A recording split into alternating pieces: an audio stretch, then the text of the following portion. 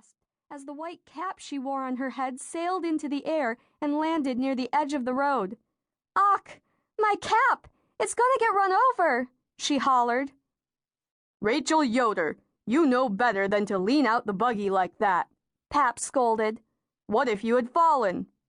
"Can I get my cap?" she asked tearfully. "No." Mom shook her head. "You might get hit by a car." As the blue convertible started to pass, Rachel saw surprise on the face of the blonde woman riding in the passenger's seat. The car pulled over behind their buggy, and the woman got out. She picked up Rachel's cap and brought it over to the stopped buggy. "I believe this blew out of your buggy," she said, handing the limp-looking cap to Rachel's father. "Thank you," Pap said. "It belongs to my daughter." "Thank you," Rachel echoed as Pap handed the cap to her. Rachel's cheeks heated with embarrassment as she put the cap on her head. "Stay in your seat now, Rachel," Pap said. He waited until the car had passed, then he pulled back into traffic. Jacob, who was 11, 2 years older than Rachel, sat up and yawned. He had been asleep in the seat beside her. "Are we there? I'm hungry." No, Pap stopped to let some cars go by. Rachel was careful not to mention that her cap had blown off when she'd leaned out of the buggy. She knew Jacob would have teased her about it. Jacob wrinkled his forehead, and the skin around his blue eyes crinkled. "Noisy cars sometimes scare our horse as they whiz by." Rachel had seen horses do all kinds of strange things when they got spooked. She felt sorry for the horses. Still, she thought it would be fun to ride in a fast car. She leaned close to Jacob and whispered, "I saw a shiny blue convertible." He shrugged. "So?"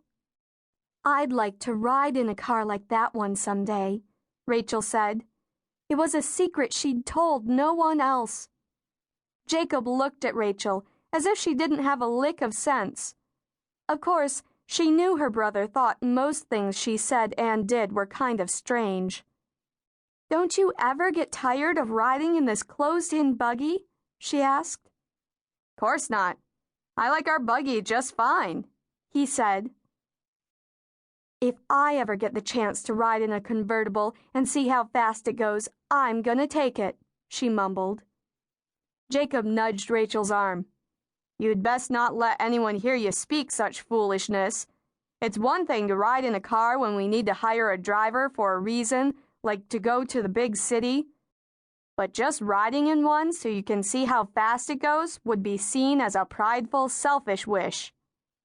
Rachel crossed her arms and turned her back to her brother.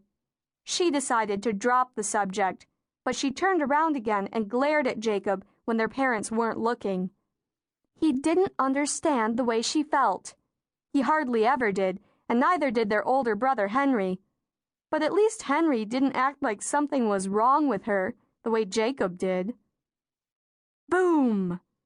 Rachel shuddered again. "It better not rain and spoil our picnic," she said, hoping Jacob wouldn't notice her hands shaking. He elbowed her in the ribs. "What's the matter? Are you afraid of a little dunner?" "It's not the thunder that makes me nervous," she said, elbowing him right back. "It's those horrible bolts of Vaderleek I'm worried about." "We'll be okay. It's not even raining, so the storm will probably pass over us." Jacob leaned his head against the back of the seat and closed his eyes again. "Maybe if I think about something else, I won't feel so nervous." Rachel glanced toward the front of the buggy, where her parents and older sister, Esther, sat chatting in the Pennsylvania Dutch language that Amish people often spoke. Tom sei huchla binnig liedisch," her father said. Rachel clutched the folds in her dress. It worried her to hear Pap complaining about their horse Tom. Pap had just said, "I'm tired of Tom's neighing," and she wondered if he was planning to get rid of their old horse. Rachel couldn't bear the thought. Tom was a nice animal and had been their main buggy horse for many years. What was wrong with a little neighing? People talked whenever they wanted.